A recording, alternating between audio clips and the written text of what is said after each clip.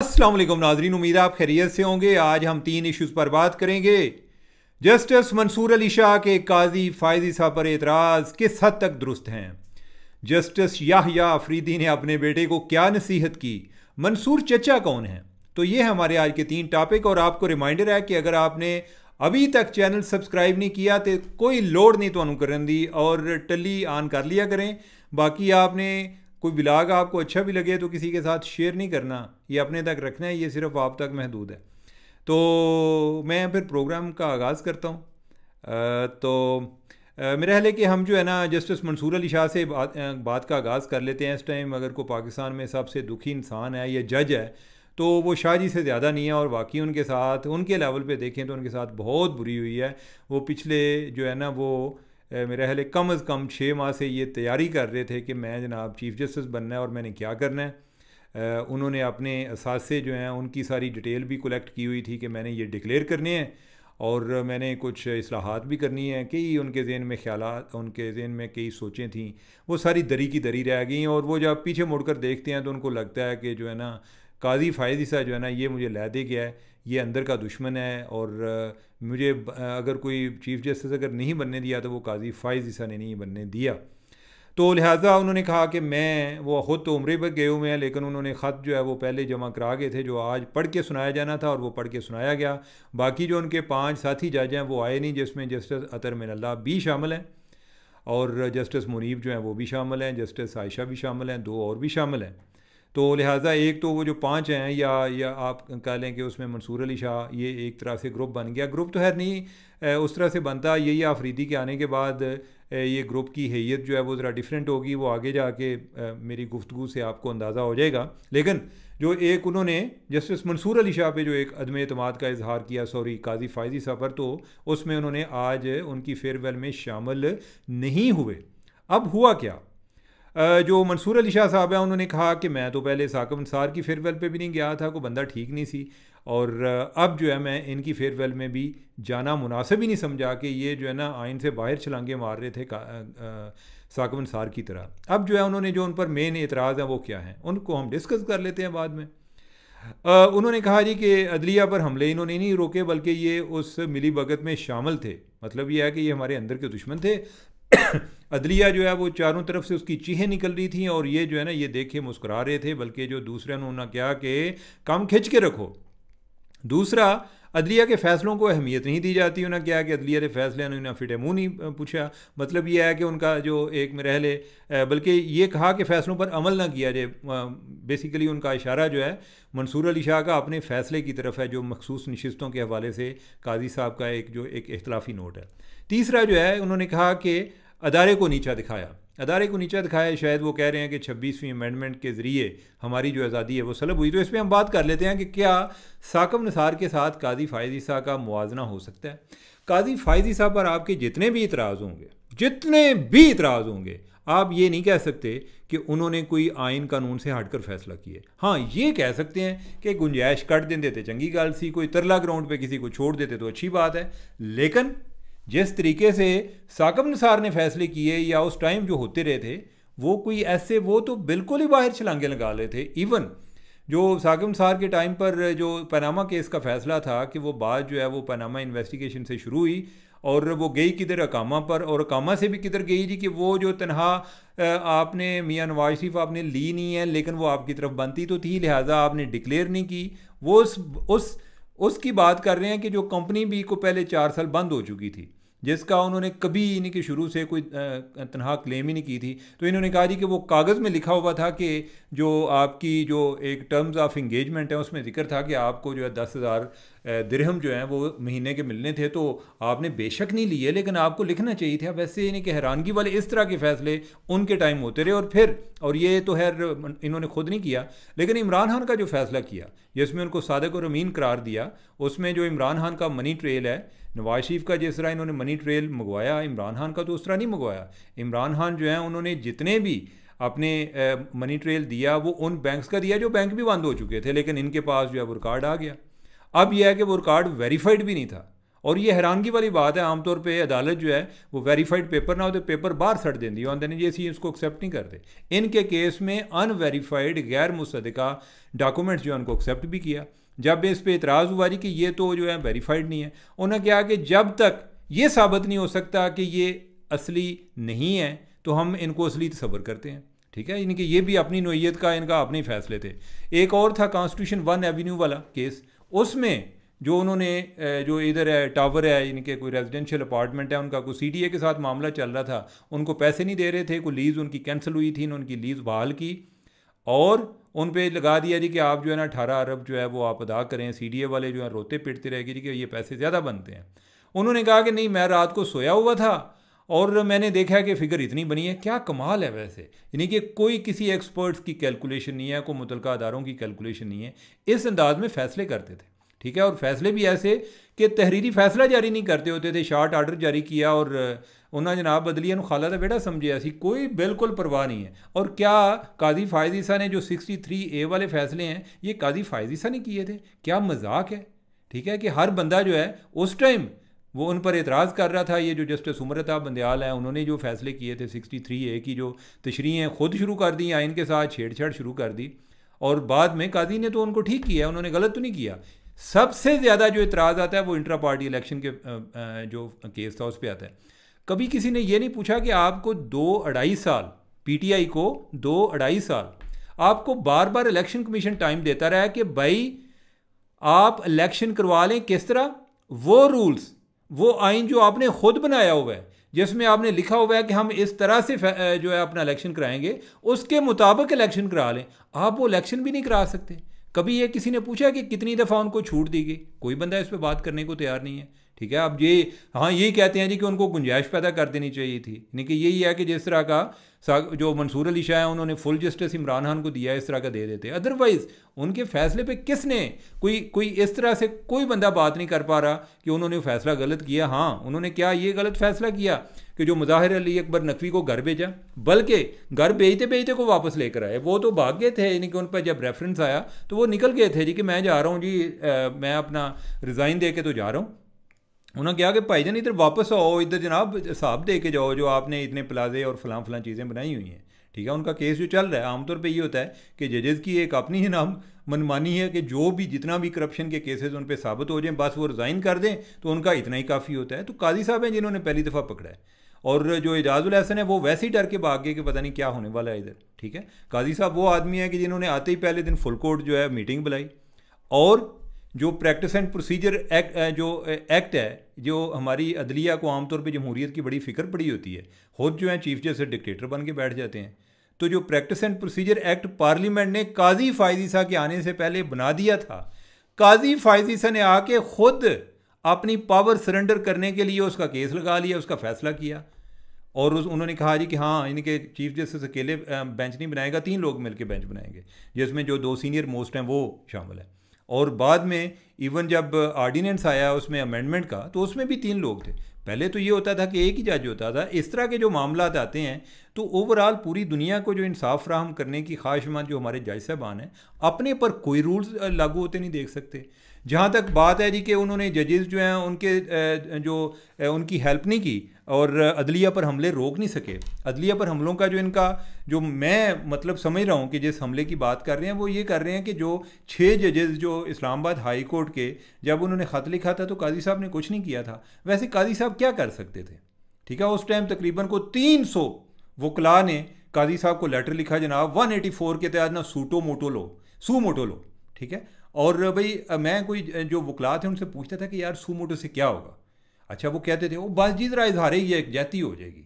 भाई आप जो है इजहार यकजहती का और कोई तरीका बना लें कि जिसमें कोई जजेज़ हैं को फुल कोर्ट बुला लें, वो कहें जी कि कोई इस तरह के कोई हमें जो जुडिशरी में कोई इस तरह के चैलेंजेस आ रहे हैं और हम जो है हुकूमत को कहते हैं कि इन पर कोई हल तलाश करे, या कोई इस तरह का तरीका हो सकता है। यानी कि आप जो है सू मोटो जो है उसको भी सियासत की नज़र कर दें कि जनाब ज़रा इजहार यकजहती हो जाएगा।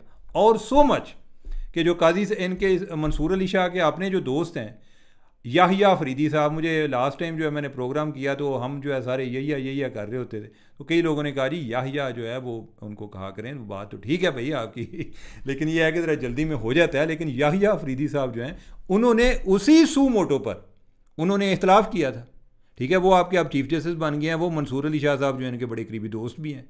तो भाई आप जो जिन हमलों की बात कर रहे हैं तो उसमें तो जो याहिया अफरीदी साहब है उन्होंने भी कहा था कि ये कोई तरीका नहीं है सूमोटो वाला, ठीक है। आप जो है इनको जो कोड ऑफ कंडक्ट में कोई चैलेंजेस आ रहे हैं उधर उस मीटिंग में आप इनको बुलाएं, इस तरीके से ना बुलाएं कि आप जनाब एक सूमोटो ले लिया। और सूमोटो से होना क्या था, सूमोटो में आपने गवर्नमेंट को पूछना था, कुछ ज़बरदस्ती आप उनसे क्या इन्फॉर्मेशन ले सकते थे। वो अगर कहते जी हमारे बंदे नहीं है तो उससे क्या होना था। यानी कि तरीका होता है ना भाई, कोई आपने किसी तरीके से, या तो आप ये कर सकते हैं कि आइंदा का कोई एक सिस्टम बना लें कि कौन बंदा जज को अप्रोच कर सकता है, कौन जज को नहीं अप्रोच कर सकता, ठीक है। और इसी तरह क्या जज किसी को अप्रोच कर सकते हैं या नहीं कर सकते। मैं एक दफ़ा लाहौर के एक जज साहब थे, उन्होंने एक फ़ैसला दिया, उन्होंने कहा जी कि इंटेलिजेंस के लोग और जो पुलिस वाले हैं ये जज साहबान से डायरेक्ट रब्ता ना करें। मैंने कोई इस पर उनका मैंने देखा कि कोई खबर चल रही है, मैंने वो ट्वीट कर दी और उस पर लिखा जी कि बड़ा अच्छा फ़ैसला है। उसके बाद मुझे एक DPO थे, पुलिस ऑफिसर, उनकी मुझे कॉल आई, उन्होंने कहा जी कि ये फ़ैसला नामुकम्मल है। मैंने कहा जी वो किस तरह। उन्होंने कहा कि इनको ये भी लिखना चाहिए था कि जज साहबान जो हैं वो भी अपने कामों के सिलसिले में हमसे डायरेक्ट रब्ता नहीं करेंगे, वो साइल बन के आएंगे, जिस तरह उनकी एप्लीकेशन लाइन में लगी होती है ना उस तरीके से आएंगे। हमें जो है डायरेक्ट कॉलें करते हैं और जब हम हमारे जो इश्यूज़ होते हैं हम इनसे बात करते हैं तो उस टाइम जो है ये कहते हैं जी कि हमें कोई ये थ्रेटन फील करते हैं, तो हम भी थ्रेटन फील करते हैं। तो ये थ्रेट जो है दोनों तरफ से आ रही है, ठीक है। तो लिहाजा आप कोई इस तरह से असूल ज़ाब्ते बनाएं कि जिसमें जज साहबान जो हैं उन पर भी कुछ चीज़ें लागू होनी चाहिए। और ये जो मिली भगत वाली बात है, यानी कि ये तो आपके अपने लोग जो हैं याहिया अफरीदी जैसे लोग कि जो किसी साइड पे कोई बंदा कह नहीं सकता जी वो फलां साइड पे हैं या इस साइड पे हैं, वो भी इस चीज़ के ख़िलाफ़ थे कि ये सूमोटो लेना का इसका कोई तरीका नहीं था। बल्कि वो एक ये भी कहते थे जी कि जो ये एक तरीके से जो हाई कोर्ट है उसके पावर में मुदाखलत है, उसका अपना इख्तियार है, वो इंडिपेंडेंट है अपने मामलात में। उनको चीफ जस्टिस को, इन जज साहबान को खुद कुछ करना चाहिए था। जब बाकियों के पीछे पड़े होते हैं तो खुद भी एक्शन ले लें कि भाई हमारे जो चीफ जस्टिस हैं वो एक एक्शन ले लेते हाई कोर्ट के, और ये जो साथ हैं उनके साथ मिल जाते, फुल बेंच बना लेते, कोई ये इनको बुला लेते, जिन जिन पे शक था उनको बुलाते ना। ये कोई तरीका था, यानी कि ये तो नहीं था कि आप हर चीज़ जो है आप काजी साहब पर डाल देते हैं, ठीक है। तो लिहाजा लेकिन ये है कि ओवरऑल जो शाहजी हैं यानी कि उनका जो है यानी कि इस टाइम जो है यानी कि वो सड़े हुए हैं अंदर से, बड़े परेशान भी हैं, और ऑब्वियसली यानी कि वो उनके ख्वाब चिकनाचूर हुए हैं। यानी कि ये तो इसी तरह ऐसी बातें मैं यानी कि कई दफ़ा एक चश्मे तसव्वुर में सोचता हूँ, जैसे होता है ना कि कोई बंदा कोई एक अहम पोजीशन पे जा रहा हो, हर चीज़ क्लियर हो, नजूमी कह रहा हो जी कि इसके हाथ पे मुझे लकीर नहीं लगती, वो कहते हैं जी कि क्या बकवास करते हैं, वो तो जनाब इन्होंने तो 1 महीने बाद बनना है, और अचानक कोई ऐसी बड़ी तब्दीली है कि वो बंदे का वो जो है वो ख्वाब सारा चिकनाचूर हो जाए। यानी कि कई ऐसे जजेज़ हैं और सॉरी जर्नैल भी हैं, अली कुली खान है, यानी कि उनका बाप जो है वो भी इसी तरह आर्मी चीफ बनता बनता रह गया, ये भी आगे आर्मी चीफ बनते बनते आगे मुशर्रफ जो है उनके पास चला गया, ठीक है। तो होता है और भी लोगों के साथ होता है। तो लिहाजा जो मंसूर अली शाह साहब हैं उनकी ये जो बातें हैं उसमें उनकी अपनी ज़ाती रंजिश और वो जो ख़ुद मुतासर हुए हैं वो भी शामिल हैं, ठीक है। तो लिहाजा ओवरऑल बाकी ये बात है जी कि काजी साहब ठीक थे या गलत थे। अनफॉर्चुनेटली हम जिस तरह एक तकसीम ज़्यादा मुआशरे में रहते हैं ना, वो उसमें कोई बंदा ऐसा नहीं रह गया कि जो एक कंसेंसस फिगर हो, कि जिस पे सबका एतबार हो, जिसको सब हीरो समझ रहे हो। एक साइड का हीरो दूसरी साइड का विलन बना होता है, ठीक है। तो ये डिपेंड करता है कि काजी फायजी साहब का टेन्योर कैसा था, आप किससे पूछ रहे हैं, ठीक है। अगर आप PTI से पूछ रहे हैं वो तो गालां कटेंगे, ठीक है, और जो बाकी लोगों से पूछेंगे वो कहेंगे नहीं अच्छा है, ठीक है। तो लिहाजा ये जो है यानी कि ये चीज़ें चलती रहेंगी। और बाकी जो है उनके बड़े बड़े शानदार फैसले भी हैं, दलेर आदमी थे, ठीक है, उन्होंने को अपोलोजेटिक नहीं हुए, किसी के टट्टू नहीं बने, ठीक है। ये भी इन लोगों की भूल है कि जो समझते हैं कि वो इस्टेब्लिशमेंट के कहने पे करते थे, ये इनको बहुत बड़ी भूल है, वो इस तरह के नहीं थे, ठीक है। और वो जो भी फैसले कर रहे थे अपने आप पे कर रहे थे, यानी कि वो गलत थे ये ठीक थे, यानी कि गुंजाइश, हाँ गुंजाइश की हद तक आप कह सकते हैं जी कि गुंजाइश जिस तरह मंसूर अली शाह साहब ने फुल इंसाफ दिया उतना उन्होंने नहीं दिया, ठीक है, और इमरान खान ने दिया तो लिहाजा उस पर तकलीफ ज़्यादा है। अदरवाइज़ जो है यानी कि उन्होंने कानून के मुताबिक इन्होंने इस तरह कानून की धज्जियाँ नहीं उड़ाई जिस तरह वो साकिब निसार का जो मैं इस तरह बता रहा हूँ कि उसके टाइम पे, या उमर अताब बंदयाल साहब जो है उनके टाइम पर जो हुआ, उस तरह से आप कंपैरिजन कर ही नहीं सकते, ठीक है। लेकिन यह है कि अब उम्मीद की जाती है कि अब जो आगे नए चीफ जस्टिस आए हैं, अल्लाह करे कि ये कोई ऐसे कंसेंसस फिगरों होना, इन पर भी कंसेंसस नहीं है, ठीक है। उन पर भी जो है एतराज़ आएंगे, डिपेंड करता है कि किसके खिलाफ केस का फैसला आ गया वो उधर शुरू हो जाएंगे। तो लेट्स सी, यानी कि आने वाले टाइम पे ये चीज़ों का अंदाज़ा होगा। अब यह है कि हम जस्टिस याहिया अफरीदी साहब जो हैं उनकी तरफ आते हैं कि उन्होंने अपने बेटे को क्या नसीहत की। जस्टिस याहिया अफरीदी जो हैं इनके 3 बेटे हैं। एक बेटा जो है वो डॉक्टर है, एक बेटा जो है उनका होटल मैनेजमेंट में है, और तीसरा बेटा जो है वो बैरिस्टर है। और अपने बाप की तरह वो भी एचिसन कॉलेज के पढ़े हुए हैं। यहिया अफरीदी जो हैं वो भी एचिसन के हैं, इनके जो इनका बेटा है वो भी एचिसन का पढ़ा हुआ है। तो बेटे ने जब प्रैक्टिस शुरू की तो यहिया अफरीदी जो है उन्होंने 4 बातें उनको की। ये बातें बता मैं आपको इसलिए रहा हूँ कि एक तो उनके एक वैल्यू सिस्टम का आइडिया होता है, ठीक है, और दूसरा जो है इन्हीं के ओवरऑल एक कई लोगों के लिए सबक भी होगा। तो उसमें उन्होंने कहा, पहली बात उन्होंने कहा कि बेटा हमेशा अपने प्रोफेशन में एक ईमानदार प्रोफेशनल के तौर पे काम करना है, ठीक है। दूसरा, मेरा नाम कभी इस्तेमाल नहीं करना, यानी कि जो भी आपने आगे बढ़ना है अपने बलबोते पे बढ़ना है, मेरा नाम इस्तेमाल नहीं करना, ठीक है। तीसरी बात उन्होंने कहा कि बाज़ का तो होता ही है कि आप जब केस को जीत जाते हो तो वो जो मुखालिफ वकील है वो को बुड़ बुड़ करना शुरू हो जाता है, को बदतमीज़ी करना शुरू हो जाता है। ऐसी सूरत में कभी आपने रिएक्ट नहीं करना, ठीक है, चुप कर देना। और चौथी बात जो आपके लिए बड़ी दिलचस्पी की होगी, चौथी बात उन्होंने ये की होना क्या कि पुत्र किसी दी खल नहीं उतारनी, खाल नहीं उतारनी, आपने फ़ीस लेनी है। ये जो क्लाइंट होते हैं ना ये भी इंसान होते हैं, ठीक है, और ये कोई सारे इतने ज़्यादा नहीं होते कि उनके पास कि उन्होंने अपनी ज़मीनें बेच के सिर्फ वकला कोई फ़ीसें अदा करनी है। तो लिहाजा उनके साथ ज़रा एक मॉडरेट रवैया इख्तियार करना है, ठीक है, कोई बहुत ज़्यादा फ़ीस चार्ज नहीं करनी, थोड़ा जा अपने दिल इतना जिम्मे चाका जा अपने अंदर रखना है कि यार ये को मैं ज़्यादा तो नहीं मांग रहा, ठीक है, तो जो है मुनासिब फ़ीस चार्ज करें। मेरी फिर कुछ लोगों से बात हुई, उन्होंने कहा जी कि उनके बेटे को जो एक सबसे बड़ा चैलेंज आता है वो ये आता है कि कई लोग क्लाइंट उनके पास कई क्लाइंट इस तरह भी आते हैं कि जिनको पता होता है कि यहिया अफरीदी का बेटा है, ठीक है, तो लिहाजा इनकी जजेस में जो है वो भी सलाम दुआ अच्छी होगी, तो लिहाजा इनको केस दें। जब कोई बंदा इससे यानी कि उनकी जो लहजे से भी चुगली खाता है कि ये बंदा इसलिए आया है कि यहिया अफरीदी का बेटा है, तो उनका बेटा जो है वो केस लेने से इनकार कर देता है, ठीक है, वो केस नहीं लेता, ठीक है। बाकी ये है कि वो अपने आप को पब्लिसिटी के हवाले से भी बड़ा एक डाउन प्ले करते रहता है कि ये बात भी ना फैले कि मुझे लोगों को ये चीज़ हैंडल करनी पड़ जाए, ठीक है। अब ये है कि जो दूसरी बात वो ये है कि जो यहिया अफरीदी साहब हैं इनके हवाले से एक और मज़े की बात वो ये है कि यहिया अफरीदी साहब जो है ना वो टीवी नहीं देखते। टीवी से मतलब ये है कि करंट अफेयर्स प्रोग्राम नहीं देखते या ओवरऑल न्यूज़ चैनल नहीं देखते, ठीक है। वो देखते हैं तो कोई वैसे को मूवीज़ देखते हैं और या कोई ये जो ड्रामा सीरीज़ होती हैं को बाहर की, ठीक है, सीजन वगैरह वो देख लेते हैं। और ये मैं आपको इसलिए बता रहा हूँ कि आमतौर पे जजेस पे एक एतराज़ आता है कि ये लोग जो हैं ये टीवी देख देख के मुतासर होकर फ़ैसले करते हैं।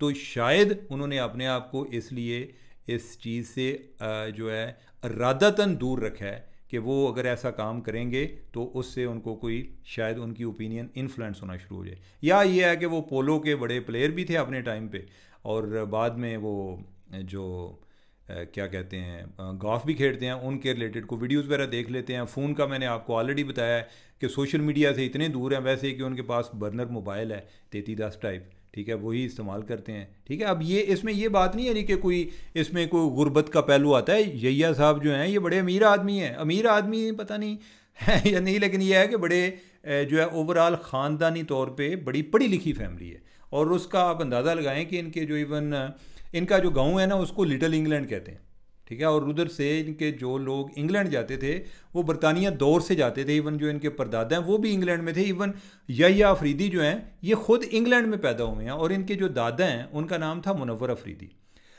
जो कर्नल मुनव्वर अफरीदी साहब। अच्छा, वो जो थे वो मेडिकल डॉक्टर थे और ब्रिटिश आर्मी में थे और कर्नल थे ब्रिटिश आर्मी में। और जब वर्ल्ड वार 2 हुई ना तो उस टाइम मलेरिया फैला हुआ था और जो इनके बहुत सारे जो ब्रिटिश फ़ौजी हैं मुख्तलिफ महाज़ों पे मर रहे थे, तो इनकी कोई जो अपनी स्पेशलाइजेशन है ना वो भी वबा में थी। जैसे होते हैं ना कि एपिडेमिक के जो स्पेशलिस्ट होते हैं या कोई इस तरह के मलेरिया के स्पेशलिस्ट, तो इन्होंने जो उस टाइम एक इनका रोल इतना सिग्निफिकेंट और इतना काबिल ज़िक्र था कि इनको एक ब्रिटिश जो बड़ा एक यूनिक किस्म का एक अवार्ड है वो मिला था, कमांडर ऑफ टाइटल मिला था कमांडर ऑफ ब्रिटिश एम्पायर। और ये नहीं सिर्फ उन्होंने, आपने आपके नॉलेज में होगा कि जो पेशावर में हैबर मेडिकल कॉलेज है, हैबर मेडिकल कॉलेज के फाउंडर जो हैं वो इनके दादा थे जो मुनव्वर अफरीदी साहब हैं। और वो उस टाइम जो है पेशावर यूनिवर्सिटी के वाइस चांसलर भी थे, वर्ल्ड हेल्थ ऑर्गेनाइजेशन में भी रह चुके। और जब पेशावर यूनिवर्सिटी के वाइस चांसलर थे तो उस टाइम इस मेडिकल पर काफ़ी रेजिस्टेंस भी हुई। उस टाइम कोई 1 यूनिट बना हुआ था, कई लोग एतराज़ कर रहे थे, जो KP के कोई लोग थे, कोई इतने ज़्यादा इनके पास कोई मेडिकल कॉलेज नहीं था, कोई बाकी जगहों पे जाते थे, कोई पंजाब में, वो भी कोई कोटे में इनको एडमिशन मिलता था। तो उस टाइम इन्होंने कोई जो क्या कहते हैं, जो सूबाई असम्बली है या जो वेस्ट की जो असम्बली है, जो वेस्ट पाकिस्तान की, उधर भी इन्हीं के काफ़ी एक मुज़ामत आ रही थी, लेकिन उन्होंने किसी तरीके से चीज़ों को मैनेज किया और खैबर मेडिकल कॉलेज बनवाया। जो इनके वालिद हैं उनका मैं आपको पहले भी जिक्र किया है कि वो चीफ़ सेक्रेटरी रैंक पे रिटायर हुए हुए हैं। वो वज़ीर दाखिला भी रह चुके हैं एक निगरान दौर में, जब मलक मिराज हालत जो हैं वो थे, जो प्राइम मिनिस्टर बने थे, केयर टेकर प्राइम मिनिस्टर। यही अफरीदी साहब जो हैं ये उस फैमिली से हैं, यानी कि ओवरऑल यानी कि इनका एक बड़ी पढ़ी लिखी फैमिली है। बाकी ये है कि ये जिस तरह मैंने आपसे पहले जिक्र किया कि एचिसन के पढ़े हुए हैं, अब इस लिहाज से जो है एक बड़ी इंटरेस्टिंग चीज़ है वो ये है कि इस टाइम जो 3 जो सीनियर मोस्ट बन रहे हैं ना, अभी वैसे सीनियरिटी का पता नहीं है कि सीनियरिटी किस तरह उसका तयन होना है, क्योंकि जब चीफ जस्टिस याहिया अफरीदी बन गए तो 2 बंदे तो ऑलरेडी इनसे सीनियर हैं। तो अब क्या मंसूर अली शाह जो हैं उनको सीनियर मोस्ट तस्वर किया जाएगा, या इनके बाद जो अमीनुद्दीन खान आते हैं उनको सीनियर मोस्ट तस्वर किया जाएगा? ये अभी चीज़ें कोई अभी तय होना बाकी हैं। लेकिन इनका जो अभी जो सीनियर मोस्ट 2 हैं ना साथ, जो जिसमें मंसूर अली शाह साहब हैं और मुनीब साहब, इनके साथ क्या ताल्लुक़ है? पुराना ताल्लुक़ है। ये तीनों जो हैं एचिसन कॉलेज के पढ़े हुए हैं, तीनों एचिसन कॉलेज के पढ़े हुए हैं। दूसरा, ये बाद में पंजाब यूनिवर्सिटी का लॉ कॉलेज है, उधर भी पढ़े हुए हैं, इकट्ठे पढ़े हुए हैं। एक शाह हावर साहब हैं, बड़े एक सीनियर किस्म के सीनियर लायर हैं, बड़े कॉम्पिटेंट किस्म के शाह हावर साहब। शाह हावर साहब जो हैं उन्होंने मुझे बताया, उन्होंने कहा कि मैं याहिया अफरीदी साहब जो हैं इनका जो इनका क्या कहते हैं, मैं इनका क्लास फेलो था, बल्कि हम दोनों ना बैक बेंचर थे। वो एक ज़रा अजराए मजाक बात कर रहे थे, वो कह रहे थे कि याहिया अफरीदी जो है ना ये बड़े जोली नेचर के भी आदमी हैं। एक तरफ तो मैंने आपकी इनका एक पहलू तो ये बताया था ना कि भाई अपने जो साथी है कोई दोस्त हो तो उसका केस भी नहीं सुनते।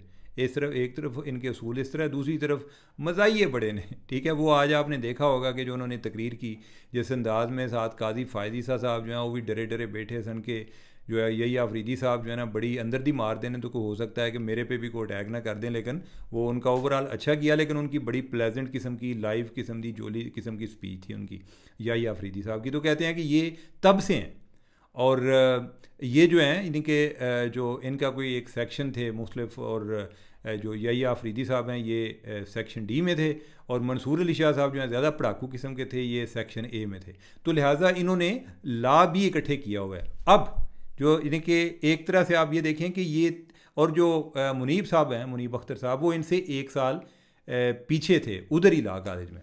अब ये देखें कि उस टाइम के, यानी कि पुराने टाइम के, हो सकता है जिसन कॉलेज से एक दूसरे को जानते हो। ये तो मैंने आपको बताया ना कि ये बिल्कुल ही उधर तो ये साथ साथ थे। जो मंसूर अली शाह हैं ये पहले इनसे आगे थे मेरे लिए, बाद में इन्होंने चैम्बर भी इकट्ठे बनाया इन्होंने, और अतर मिनल्ला साहब ने, और जो मंसूर अली शाह साहब हैं। अब ये है इनके फैमिली लेवल पे रिलेशनशिप हैं। फैमिली लेवल पे रिलेशनशिप ये है कि जो जस्टिस याहिया अफरीदी हैं उनके जो बच्चे हैं वो मंसूर अली शाह साहब को मंसूर चचा के तौर पे पुकारते हैं, ठीक है। तो मंसूर चचा कौन है? मंसूर अली शाह। अब जो है यानी कि ये जो इन्वायरमेंट है, इसको जो मैंने आपको बयान किया उसका एक में पहलू ये भी है कि याहिया अफरीदी आगे, एक तो उन्होंने मंसूर अली शाह का हक उन्होंने नहीं मारा, एक मेरिट पे उनको क्या पता था, या वो याहिया अफरीदी जो हैं वो तो कोई 26वीं तरमीम नहीं ले आ सकते थे, ठीक है। और दूसरा जो है यानी कि वो कोई उन्होंने ये तो नहीं, कोई लॉबिंग वगैरह करने वाले वो बंदे नहीं हैं, और ना कोई इस तरह से हुआ है करना ऐसा कि उनका जो है कुर्रा फाल उनका निकल आया और वो बन गए। तो मुझे ये लगता है कि ओवरऑल इन 2 लोगों के साथ जो कि सुपरसीड हो गए, वो अगर कंटिन्यू भी करते हैं तो याहिया अफरीदी जो है, इनका जो उनके साथ पुराने ताल्लुकात हैं और जो फैमिली लेवल पे रिलेशनशिप हैं, उम्मीद है कि इस दफ़ा शायद कोई जो एक सुप्रीम कोर्ट में तकसीम है उसमें कोई कमी वाक़ई हो। तो let's hope for the best. तो नाज़रीन मुझे दें इजाज़त, अल्लाह हाफिज़।